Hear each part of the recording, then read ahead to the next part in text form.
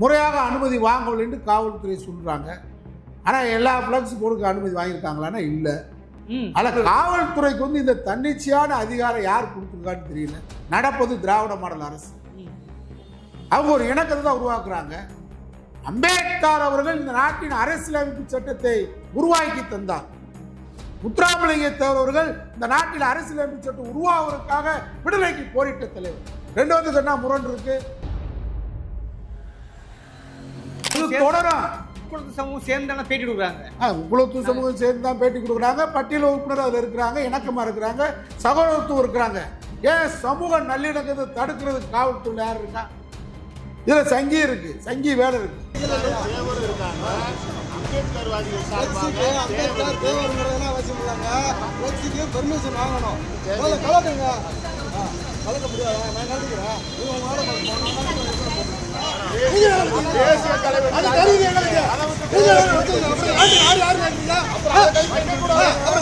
கடந்த சட்டமன்றத்தில் அறிவிக்கிறதுக்கு, தேர்தல் ஆணையம் அறிவிக்கிறதுக்கு 1 மணி நேரத்துக்கு முன்னாடி சட்டமன்றத்தில் கொடுத்தார்.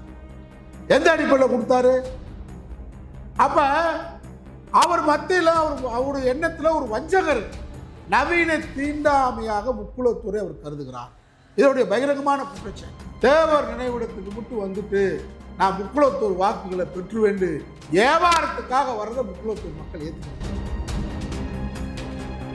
வாக்கு வங்கி அரசியலுக்காக தேவருக்கு பாஜக புகழேந்தி செலுத்துவதை அப்பட்டமா தெரியும். இதை ஏற்றுக்கிற முடியாது. நீங்க நான் இப்ப சொன்னேன், தேவர் இறந்த உடனேயே முதல்ல போன தலைவர் தமிழ்நாட்டில் நம்முடைய பேரறிஞர் அண்ணா. 1963ஆம் ஆண்டு பசும்பொன் அவர்கள் நிறைவேறிய போது பேரறிஞர் அண்ணா அவர்களும் தலைவர் கலைஞர் அவர்களும் அன்றைக்கு கழகத்திலே இருந்த மக்கள் தலைவர் எம்ஜிஆர் அவர்களும் லட்சிய நடிகர் SSR அவர்களும் இந்த பசும்பொன்னுக்கு வந்து அஞ்சலி செலுத்தியிருக்காங்க. இன்றைக்கு எதிர்கட்சியா இருந்தாலும் முதல்வராக இருந்தாலும் திராவிட மாடல் முதலமைச்சர் தளபதி ஸ்டாலின் தொடர்ச்சியாக சென்று கொண்டிருக்கிறார். வீர வணக்கத்தை தேவரவனுக்கு செலுத்திருக்கிறார். கோரிப்பாளையம் தேவர் சிலைக்கு மாலை அணிவித்து விட்டு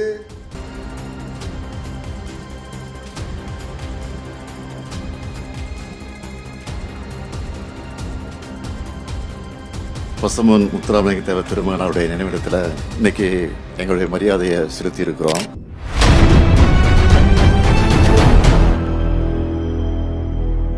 சார் வணக்கம். வணக்கம். தேவர் ஜெயந்தி இன்னைக்கு வந்து 30. இன்னைக்கு எல்லா அரசியல் தலைவர்களும் தத்தமது எல்லா இடங்களையும் மாலை போடுறாங்க. இந்த அரசியல் கட்சி என்று வேறுபாடெல்லாம் போகிறாங்க. ஆனால் முன் எப்பொழுதும் இல்லாததை விட இந்த முறை கூடுதலாக பிஜேபி தரப்பு பார்த்திங்கன்னா எல்லா ஒரு சில சாதிச்சங்களை இணைச்சிக்கிட்டு அங்கங்கே வந்து மாவட்டங்களில் தாலுகாக்களில் பெரிய பெரிய பேனர்லாம் வைக்கிறாங்க. முதற்கட்டமாக எப்படி பார்க்குறீங்க? அப்பழுக்கற்ற ஒழுக்க சீலர், தன்னலம் கருதாத ஒரு மாபெரும் சுதந்திர போராட்ட விடுதலை வீரர், இடதுசாரி சிந்தனையாளர்,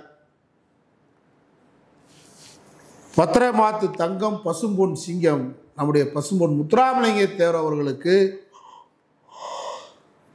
முதல்ல வீர வணக்கத்தை செலுத்துவோம். அவருக்கு அனைத்து தரப்பு மக்களும் வீர வணக்கம் செலுத்துவதை நான் இதயபூர்வமாக வரவேற்கிறேன். அதில் எனக்கு மாறுபட்ட கருத்து இல்லை. தேவர் அவர்களுக்கு புகழாரம் சூட்டுவதன் மூலமாக, வீர வணக்கம் செலுத்துவதன் மூலமாக அவருக்கு பெரிய புகழாரத்தை நாம் சூட்டுவதில்லை. அவருடைய புகழ் என்பதும் அவருடைய தியாகம் என்பதும் இமயத்தின் உச்சியில் இருக்கு. அவரை போற்றுவதன் மூலமாக, அவர் தியாகத்தை சொல்லுவதன் மூலமாக எதிர்கால தலைமுறைக்கு ஒரு தன்னலம் கருதாமல் நாட்டிற்காக அர்ப்பணித்த அவருடைய வரலாற்றை நாம் அடுத்த தலைமுறைக்கு கடத்தி செல்வதற்காக தான் ஒவ்வொரு ஆண்டும் சிறப்பாக முறையிலே அவருக்கு வீர வணக்கத்தை செலுத்துகின்றோம்.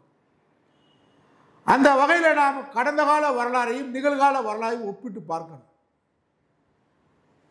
நீங்க திராவிட இயக்கத்துக்கு நேர் எதிராக சொல்லுவாங்க, இப்ப கற்பிக்கிறாங்க. திராவிட இயக்கத்துக்கு நேர் எதிராக என்றைக்கும் தேவர் அவர்கள் இல்லை. திராவிட இயக்கம் அவருக்கு நேர் எதிராக இல்லை. முத்துராமலிங்க தேவர் அவர்கள் உயிரோடு இருக்கிற காலத்திலேயே மதுரை நகர சபைக்கு ஃபார்வர்ட் பிளாக்கோட திமுக கூட்டணி, முத்தண்ணன் கூட்டணி வச்சிருந்தார். அன்னைக்கு மாநகரத்துடைய மாவட்டத்துடைய செயலாளர், திராவிட முன்னேற்ற கழகத்தின் செயலாளர் மறைந்த அண்ணன் முத்தண்ணன். அப்போ தேவ சகாயம் ஒருத்தரை சேர்மனா தேவர் அவர்கள் தேர்வு செய்தார்கள். அப்போ கூட சேர்மனுக்கு திமுக எங்களை நியமனம் பண்ணுங்கன்னு முத்தண்ணன் வேண்டுகோள் வைத்தார். அந்தளவுக்கு ஃபார்வர்ட் பிளாக்கோட நகர சபையில் கூட்டணி தேவர் இருக்கும்போது வைத்த இயக்கம் திராவிட இயக்கம். மறைந்த தேவர் அவர்கள் இறந்தார் என்ற செய்தி அறிந்தவுடன் பேரறிஞர் அண்ணா அவர்கள் அன்றைய பிரிக்கப்படாத முகவை மாவட்டத்துடைய செயலாளர் சிறுகதை மன்னன் SS தென்னரசு அவர்கள், லட்சிய நடிகர் SSR அவர்கள், அன்றைக்கு புரட்சி நடிகர் என்று பின்னால் புரட்சி தலைவர் அழைக்கப்பட்ட நம்முடைய MGR அவர்கள், அன்பில் தர்மலிங்கம் போன்றவர்கள் எல்லாம் தமிழ்நாட்டிலே முதலாக கண்ணீர் அஞ்சலி பசும்பொன் கிராமத்திற்கே சென்று செலுத்திய இயக்கம் திராவிட இயக்கம், திராவிட முன்னேற்ற கழகம், பேரறிஞர் அண்ணா தலைமையில். அந்த மதிப்பும் மரியாதையும் என்றைக்கும் பற்றும் பாசமும் திராவிட இயக்கம் தேவர் மீது வைத்திருக்கிறது. ஒட்டுமொத்த தமிழ்நாட்டுடைய விடுதலை போராட்ட வீரர்களுக்கும் போராடிய அனைத்து தலைவர்களுக்கும் திராவிட இயக்கம் மரியாதை செலுத்தல என்றைக்கும் குறையில்லை, யாருக்கும் குறையா செலுத்துறதில்லை. அந்த அடிப்படையில் நீங்கள் பார்த்தீங்கன்னு சொன்னால் தேவர் அவர்கள் மறைவுக்கு பின்பாக மிகப்பெரிய வெண்கல சிலை அமைக்க வேண்டும் என்று தேவர் தந்த தேவர் நம்முடைய முக தேவருடைய ஏற்பாட்டில் அவர் காலத்திலும் முழுக்க கூட்டணியாக இருந்துச்சு, திமுக கூட்டணியாக இருந்தாங்க. 67 மிகப்பெரிய கூட்டணி, அண்ணா தலைமையில் கூட்டணி. அண்ணாவுக்கு பதவி பிரமாணம், சட்டமன்ற உறுப்பினராக பதவி பிரமாணம் எடுத்து வைத்தவர் நம்முடைய PK முக தேவர். அவர் தான் பதவி பிரமாணம் எடுத்து வச்சார். தற்காலிக சபாநாயகராக இருந்து தற்காலிக சபாநாயகர் மூத்த உறுப்பினர் தானே உங்களுக்கு பதவி பிரமாணம் பண்ணியிருக்காரு. முக தேவர் தான் அண்ணா அவர்களுக்கு சட்டமன்ற உறுப்பினராக பதவி பிரமாணம் செய்து வைத்தார். சொல்லுங்க. அவர் தலைமையில் மிகப்பெரிய கூட்டணி 67. நீங்க முக தேவருடைய வேண்டுகோளை ஏற்று அன்றைக்கு மாநகராட்சியில் நகரசபை தலைவர் மேயர் முத்தண்ணன், அன்னைக்கு சேர்மனு, உடனடியாக அனுமதி கொடுத்து அந்த இடத்திற்கு ஜனாதிபதி அவர்களை அழைத்து வர வேண்டும் என்று சொல்லி VV கிரி அவர்களை அழைத்து வந்து முதலமைச்சர் அந்த விழாவில் கலந்துக்கிட்டு மக்களில் நானும் உங்களில் ஒருவர் என்று கலைஞர் அவர்கள் பேசி பெருமை சேர்த்தார். பெரிய தெற்காசியா கண்டத்தில் மிகப்பெரிய வெண்கல சிலை. தொடர்ச்சியாக நீங்கள் பார்த்தீங்கன்னு சொன்னால் திராவிட இயக்கத்தில் கலைஞர் அவர்கள் பசும்பொன் கிராமத்திற்கே சென்று தேவர்களுக்கு வீர வணக்கம் செலுத்துகிறார். திராவிட முன்னேற்ற கழகத்தின் சார்பில் தொடர்ச்சியாக சென்று கொண்டிருக்கிறாங்க. MGR அவர்கள் சென்றார்கள், புரட்சித் தலைவர் அம்மா அவர்கள் சென்றார்கள். தொடர்ச்சியாக OPS, திராவிட இயக்கம் யாரும் குறைஞ்சால் இல்லை. இன்றைக்கு எதிர்கட்சியாக இருந்தாலும் முதல்வராக இருந்தாலும் உடைய திராவிட மாடலுடைய முதலமைச்சர் தளபதி ஸ்டாலின் தொடர்ச்சியாக சென்று கொண்டிருக்கிறார். வீர வணக்கத்தை தேவர்களுக்கு செலுத்தியிருக்கிறார். கோரிப்பாளையம் தேவர் சிலைக்கு மாலை அணிவித்து விட்டு சிலர் கடமைக்காக கோரிப்பாளையத்தில் தேவர் சிலைக்கு மாலை அணிவித்து வீட்டுக்கு போயிடுவாங்க. ஆனால் தொடர்ச்சியாக சென்னையிலிருந்து நம்முடைய முதலமைச்சர் தளபதி ஸ்டாலின் அவர்கள் மதுரைக்கு வந்து முதல் நாளே வந்து தங்கி, அவர் எதிர்கட்சியாக இருந்தாலும் அதிகாரத்தில் இருந்தாலும் அதிகாரத்தில் இல்லை என்றாலும் மதுரையில் தங்கி கோரிப்பாளையம் தேவர் சிலைக்கு காலையில் மாலை அணிவித்து விட்டு பசும்பொன் கிராமத்திற்கு சென்று வீர வணக்கத்தை செலுத்தி வருவதை, அவருக்கு புகழஞ்சலி செலுத்துவதை வழக்கமாக கொண்டிருக்கிறார். இப்பொழுது இந்த ஆண்டும் செல்கிறார். இதில் எனக்கு மாறுபட்ட கருத்து இல்லை. நீங்கள் திராவிட இயக்கத்தில் பார்த்தீங்கன்னா வைகோ வந்து இந்த இடத்துல நம்ம சொல்லி ஆக வேண்டும். தேவர் இறந்த மறுவருடத்திலிருந்து தொடர்ச்சியாக செல்கின்ற தலைவர் வைகோ. இடையில நெருக்கடி நிலை காலத்தின் போதும் அவர் கொடால சிறையில் இருக்கும்போதும் போகல. ஆனால் சிறையிலிருந்து வெளியே வந்தோடனே தேவர் நினைவிடத்துக்கு போயிட்டு வந்துடுவார். இப்படி திராவிட இயக்கத்தை வந்து நேர் எதிராக கொண்டு வந்து சங்கிகளும் சனாதனவாதிகளும் இப்போ திசை திருப்பு பார்க்குறாங்க. இப்போ இன்றைக்கு கூட குடியரசு துணைத் தலைவர் ராதாகிருஷ்ணனே வந்து அங்கே வீர வணக்கம் செலுத்துவதாக செய்தி அறிந்தேன். வரவேற்கிறேன், வாழ்த்துறேன், பாராட்டுறேன். ஆனால் 2026 தேர்தலை மனதில் வைத்து வாக்கு வங்கி அரசியலுக்காக தேவருக்கு பாஜக புகழஞ்சி செலுத்துவதை அப்பட்டமாக தெரியுது. இதை ஏற்றுக்கிற முடியாது. நீங்க நான் அப்ப சொன்னேன், தேவர் இறந்த உடனேயே முதல்ல போன தலைவர் தமிழ்நாட்டில் நம்முடைய பேரறிஞர் அண்ணா. அன்றைக்கு பாரதிய ஜனதா கட்சிக்கு ஜனசங்கம் இருந்துச்சு, RSS அமைப்பு இருந்துச்சு. வரலாற்றில் நான் இன்றைக்கு தேர்தல் அறுவடைக்காக தேவர் அவர்களை வியாபார பொருளாக மாற்ற பாஜக சங்கி கூட்டு நினைக்குது. தேவர் இறந்ததற்கு ஜனசங்கத்திலிருந்து பாரதிய ஜனதாவுடைய மூதாதைய கட்சி ஜனசங்கம், RSSல இருந்து யாராவது வந்தாங்களா? வரலன்னு கூட ஒரு பக்கம் இருக்கட்டும். நான் வந்து ரெஃபர் பண்ணி பார்த்துட்டேன். RSS உடைய அதிகாரப்பூர்வமான பத்திரிகையில் தேவர் அவர்களுக்கு இரங்கல் தெரிவிக்கப்படவில்லை. நாடாளுமன்ற உறுப்பினராக இருந்தவர், உலக விஷயங்களை நாடாளுமன்றத்திலே பேசியவர்.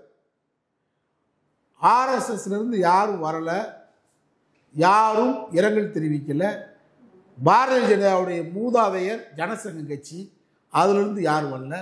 அதோட அடுத்துன்னு சொல்கிறேன், நீங்கள் ஜனா கிருஷ்ணமூர்த்தின்னு ஒருத்தர் தலைவர் இருந்தார். எனக்கு தெரிஞ்சு பாரதிய ஜனதா கட்சிக்கு ஜனா கிருஷ்ணமூர்த்தி இருந்தார். அடுத்து கலாநிதின்னு ஒருத்தர் இருந்தார். யார் காலத்திலேயுமே தேவர் நினைவிடத்துக்கு வந்து இவங்க அஞ்சலி செலுத்தலை, வீர வணக்கம் செலுத்தலை.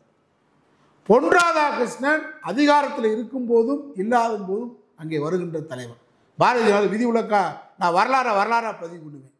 ஆனால் பாஜக கட்சி அதிகாரப்பூர்வமாக எப்பொழுது வந்தீங்க? இந்த 10 ஆண்டுகள் தான் அவங்க தேவர் நினைவிடத்துக்கு வர்றாங்க. எல்லாரும் வரணும்னு விரும்புகிறேன். ஆனால் தேவரை வைத்து ஒரு அரசியல் செய்ய வேண்டும், ஜாதி அரசியல் செய்ய வேண்டும், ஜாதி கலவரத்தை உருவாக்கணும், மத கலவரத்தை உருவாக்கணும் அப்படின்னு வரலாற்றை தவறா நீங்க சித்தரிக்க கூடாது. 2026 தேர்தலை மனது வைத்து தேவரை ஒரு வியாபார பொருளாக மக்கள் மத்தியில் தவறா சித்தரிக்க கூடாதுன்றதுக்காக தான் நான் அதை சொல்ல வரேன். நீங்க வர்றதுல எனக்கு வந்து ஆட்சேபம் இல்லை. ஆனால் நாங்கள் எப்படி வந்திருக்கோம்? திராவிட இயக்கம் ஆட்சியில் இருந்தாலும் இல்லாட்டினாலும் நம்முடைய தளபதி ஸ்டாலின் வர்றாரு, எதிர்கட்சியாக இருந்தாலும் வர்றாரு, எதிர்கட்சியாக இல்லாட்டினாலும் வர்றாரு, முதலமைச்சராக இருந்தாலும் வர்றாரு. அப்போ தேவர் மேலே வச்சிருக்கக்கூடிய அந்த விடுதலை போராட்ட தியாகிக்கு கொடுக்கக்கூடிய மரியாதை என்றைக்கும் திராவிட இயக்கம் அதிகாரத்தில் இருந்தாலும் இல்லைனாலும் செய்து. எடப்பாடி வர்றதுக்கு வாய்ப்பு இருக்கு. எடப்பாடி எப்படின்னு கேட்டா, எடப்பாடி எந்த காலத்தில் தேவரை பற்றியே தெரியாது, அண்ணாவே தெரியாது அவருக்கு. திராவிடம் எங்க இருக்குன்னு கேட்கிறவரு, அவருக்கு தேவர்னாலே தெரியாது. ஆனால் கடந்த ஆண்டு வரல, என்னான்னு கேட்டால் கால்வலி. ஆனால் அவர் அன்றைக்கு ஒரு நிகழ்ச்சியில் கலந்துக்கிட்டார். தேவர் ஜெயந்தி அன்னைக்கு போன ஆண்டு இங்கே வரல கால்வலின்னு சொல்லிட்டு நிகழ்ச்சியில் கலந்துக்கிட்டார். அவருக்கு நிச்சயமாக தேவரை பற்றி அறியாதவர். அது மட்டுமல்ல, சொல்லுவாங்க தாய் உறவு குட்டி பகையான்னு கேட்பாங்க. தேவருக்கு நீ நினைவிடத்துக்கு வர்றது எனக்கு ஆட்சேபம் இல்லை. இப்போ திராவிட முன்னேற்ற கழகம் இருக்குன்னா, கலைஞர் அவர்கள் போலாரம் சுட்டினார், தேவருக்கு சிலை அமைத்தார், அந்த மக்களுக்கு கல்வி வேலை வாய்ப்பு உரிமைகளை பெற்றுத்தந்தார். எம்பிசி பட்டியலில் பொன்னையங்கோட்டை மறைவரை சேர்த்தார், பிரமலை கல்லறை சேர்த்தார். இன்றைக்கு நம்முடைய தளபதி ஸ்டாலின் பிற்படுத்தப்பட்ட மக்களுக்கு இடஒதுக்கீடு டெல்லி ஏகாதிபத்தியத்திலிருந்து உரிமையோடு போராடி பெற்று தருகிறார். அந்த மக்கள் சமூக மக்களுக்கு அவர் சாதி தலைவர் அல்ல, ஆனால் அவரை சார்ந்திருக்கக்கூடிய சமூக மக்கள் முக்குளத்தூர் மக்களுக்கு முன்னேறு வகையில் அனைத்து வகையும் திராவிட இயக்கம் செஞ்சிருக்கு. 3 கல்லூரிகளை தென் மாவட்டத்தில் கலைஞர் அவர்கள் மூக்கியாத்தி அவர்களுக்கு அனுமதி கொடுத்தார். ஆனால் இன்னைக்கு எடப்பாடி எந்த தரவும் இல்லாமல் 10.5% இடஒதுக்கீட கடந்த சட்டமன்றத்தில் அறிவிக்கிறதுக்கு, தேர்தல் ஆணையம் அறிவிக்கிறதுக்கு 1 மணி நேரத்துக்கு முன்னாடி சட்டமன்றத்தில் கொடுத்தார். எந்த அடிப்படையில் கொடுத்தாரு? அப்போ அவர் மத்தியில் அவருடைய எண்ணத்தில் ஒரு வஞ்சகம் இருக்கு. நவீன தீண்டாமையாக முக்குளத்தூரை அவர் கருதுகிறார். இதனுடைய பகிரங்கமான குற்றச்சாட்டு. அதாவது முக்குளத்தூர் என்று சொன்னாலே ஒரு நவீன தீண்டாமையாக பார்க்குறாரு. காரணம், ஆயிரக்கணக்கான சட்டமன்ற நாடாளுமன்ற உறுப்பினர்களை, அமைச்சர்களை 2 முதலமைச்சரை தேர்வு செய்தது ஒரு முக்குளத்தூர் சமுதாயத்தைச் சேர்ந்த, அதுவும் தஞ்சாவூர் கல்லராக இருக்கக்கூடிய சசிகலா அப்படின்ற வஞ்சகம் எடப்பாடிக்கு இருக்கு. அவருக்கு மட்டும் இல்லை, பாஜக கட்சிக்கு இருக்கு. அதனால தான் உங்களுக்கு 30 ஆண்டுகளாக இழுக்கப்பட்ட வழக்கை அம்மா ஜெயலலிதா மேலே இந்த வழக்கு இருந்துச்சு. நம்பர் 1 குற்றவாளி அவங்க தான், இவங்க செகண்ட் தான். ஆனால் 30 வருஷமாக இழுத்த வழக்கை இவங்க பதவி பிரமாணம் எடுக்கிறதுக்கு 1 வாரம் அவகாசம் கேளுங்கன்னு கேட்டுட்டு கவர்னர் இங்கே வர விடாமல் தீர்ப்பை வாசித்து பரப்பின அக்கிரகாரத்துக்கு அவங்க அனுப்புனதுக்கு காரணம் மனு தர்மம். மனு தர்மத்தில் சூத்திரஜி கல்ல நம்முடைய சசிகலா அடிப்படையில் தான் பாஜக பார்க்குது சசிகலாவை. அதே பார்வை எடப்பாடிக்கு உண்டு. அதிமுக மிகப்பெரிய கட்சியை நடத்தியவர் சசிகலா, உறுதுணையாக இருந்தவர் டிடி தினகரன். கடந்த 4 ஆண்டு காலமாக ஓபிஎஸ் வச்சு தான் எடப்பாடி ஆட்சியில் முதலமைச்சர் இருக்க முடிஞ்சுச்சு. ஒரு முக்குளத்தோரை வைத்து அந்த முக்குளத்தோர் மக்களுக்கு பணியாற்றிய 3 பேரும் அந்த அதிமுக தலைவர்களாக இருந்த 3 பேரையும் புறக்கணிச்சுட்டு அமித்ஷா காலில் விழுந்து அமித்ஷா மனிதரும் அடிப்படையில் சசிகலாவை பழி வாங்குறாரு. நீ முக்குளத்தோர் அடிப்படையில் பழி வாங்குற. தேவர் நினைவிடத்துக்கு மட்டும் வந்துட்டு நான் முக்குளத்தோர் வாக்குகளை பெற்றுவேண்டு வியாபாரத்துக்காக வரத முக்குளத்தூர் மக்கள் ஏற்றுக்கிற மாட்டாங்க. போன முறைக்கு முதல்வர் ஒரு தள்ளுமுள்ளாகி செருப்பெல்லாம் வீச்சு பிரச்சனை ஆச்சு. இப்போ வந்தாருன்னா அங்கே தொண்டர்கள் பொதுமக்களுடைய உணர்ச்சிகளை நம்ம கட்டுப்படுத்த முடியாது. அது எப்படி நம்ம சொல்ல முடியாது. நான் தூண்டி விட விரும்பலை. வரணும், எல்லாரும் வரணும். வர இடத்துல நம்ம மரியாதை கொடுக்கணும், கட்டுப்பாடாக இருக்கணும்னு என்னுடைய வேண்டுகோள். ஆனால் தொடர்ச்சியாக பழி வாங்குகின்றாங்க. தேவராக பிறந்த ஒரே காரணமாக கருதுகிறார். சாதி மதங்களுக்கு அப்பாற்பட்டு அதிமுக என்ற கட்சி ஒரு விளிம்பு நிலை மக்களுக்காக உருவாக்கப்பட்ட கட்சி.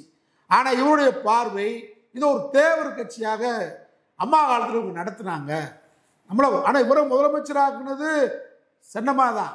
ஆனால் அவங்க மேலே இவருக்கு வெஞ்சன்ஸ் இருக்கு. அதனால இந்த வெஞ்சன்ஸின் அடிப்படையில் அவர் நடந்துகிட்டு இருக்கிறார்ன்றது எல்லாம் தெரிஞ்சிருச்சு. தென் மாவட்டத்தில் கடுமையான தோல்வியை கடந்த நாடாளுமன்றத்தில் அதிமுக சந்திச்சிருக்கு. ராமநாதபுரம் பாராளுமன்றம், பசும்பொன் கிராமம் இருக்கிற பாராளுமன்றத்தில் 90,000 ஓட்டு கூட வாங்கலை. அது உதயகுமார் பொறுப்பாளராக இருந்த ஊரில் உங்களால் 90,000 ஓட்டு வாங்கலை. ஓ பன்னீர்செல்வம் புதிதாக அந்த தொகுதிக்கு போய் புது சின்ன பலாப்பழச்சலத்தின நின்று 3 லட்சம் ஓட்டு வாங்கிட்டான்னா முக்குளத்தூர் எடப்பாடி பின்னாடி இல்லை, உதயகுமார் பின்னாடி இல்லை, செல்லூர் ராஜு பின்னாடி இல்லை, ராஜன் செல்லப்பா பின்னாடி இல்லைன்றத எடப்பாடி உணரணும். மக்களை உணர்ந்துட்டாங்க. நான் பிராக்டிகலா சொல்றேன், கற்பனையா சொல்லல.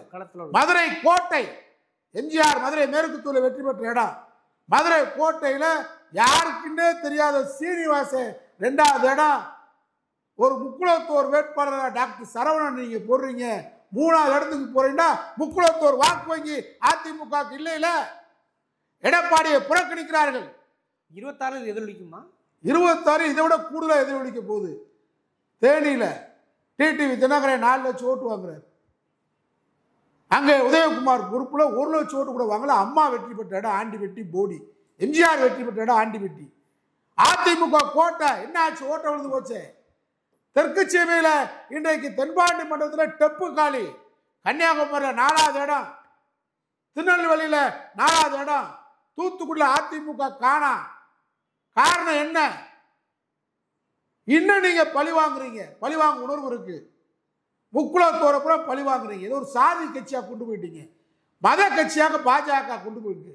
இப்போ முத்துராமலிங்க தேவருக்கு புதிதாக இந்த ஆண்டு எடப்பாடி வருவதும், பாஜக புதுசா அவர் ஆன்மீகம், அவர் பட்டை அடிச்சதுனால பொட்டு வச்சதுனால கொட்டை உத்தராட்ச கொட்டை போடுறதுனால அவர் சங்கராச்சாரியை ஆதரிச்சவரா? அவர் வாழ்நாளில் என்றைக்காவது காஞ்சிபுரம் சென்று சங்கராச்சாரியர் தேவர் சந்தித்திருக்கிறாரா? அவர் வள்ளலாரை போற்றிய ஆன்மீகம். வாடிய பயிரெல்லாம் கண்டு வாரினேன் என்று சொன்னாரே வள்ளலார், அந்த வள்ளலார் சபை உருவாவதற்கு காரணமானவர். வள்ளலார் சபையே உருவாக்கப்பட்டது சிதம்பரத்தில் தீட்சிதருடைய பார்ப்புடைய அட்டூழியத்தை பார்த்துதான் வள்ளலார் தனி சபை உருவாக்கினார், ஞான சபை. அந்த ஞான சபை பார்ப்பவர்களுக்கு எதிர்ப்பானது. ஏன் முத்துராமலிங்கத்தவர் இருக்கிற காலத்தில் தான் ஆர்எஸ்எஸ் தோற்றுவிக்கப்பட்டது, காங்கிரஸ் தோற்றுவிக்கப்பட்டது, திராவிட இயக்கம் தோற்றுவிக்கப்பட்டது. ஏன் முத்துராமலிங்கத்தவர் ஆர்எஸ்எஸ்க்கு போல? நீங்க முத்துராமலிங்கத்தவர் சனாதனத்தை ஆதரிச்ச மாதிரி வரலாற்று திரும்ப கொண்டு வரீங்க. ஓகே, இப்போ நீங்கள் சொல்லக்கூடிய வரலாறு புரிஞ்சிக்க முடியுது. இது தொடர்ச்சியாக மதுரையில் ஒரு பேனர் வைக்கப்படுகிறது, அம்பேத்கரையும் தேவரையும் வச்சு. அதுக்கு வந்து அனுமதி இல்லைங்கிறாங்க. நாங்கள் ஒற்றுமையாக இருக்குன்ற ஒரு பிளக்ஸர் அம்பேத்கரும் தேவை இருப்பதில் என்ன சிக்கல் ஒரு கேள்வி இருக்குல்ல, அதை எப்படி பார்க்குறீங்க? காவல்துறையில் அவர் நம்முடைய தம்பி தான், கவுன்சிலர் தான் அதை ஏற்பாடு பண்ணியிருக்காரு, வரவேற்கிறேன்.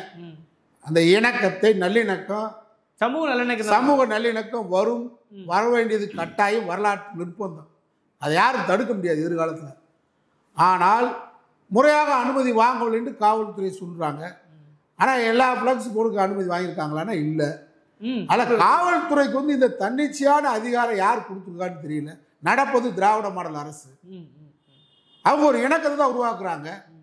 அம்பேத்கர் அவர்கள் இந்த நாட்டின் அரசியலமைப்பு சட்டத்தை உருவாக்கி தந்தார். முத்துராமலிங்க தேவர் அவர்கள் இந்த நாட்டில் அரசியலமைப்பு சட்டம் உருவாவதற்காக விடுதலைக்கு போரிட்ட தலைவர். ரெண்டாவது என்ன முரண் இருக்கு?